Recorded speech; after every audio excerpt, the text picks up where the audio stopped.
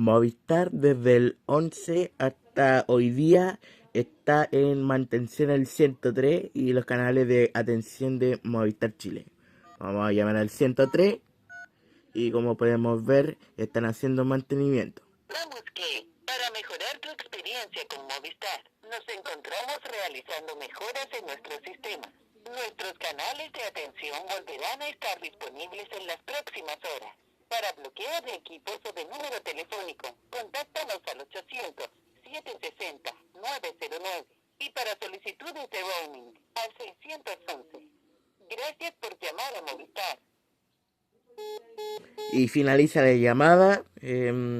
Pronto los servicios del 103 Movistar van a seguir funcionando. Otra cosa es que el 4G todavía sigue funcionando, por cierto, solamente en los canales de atención.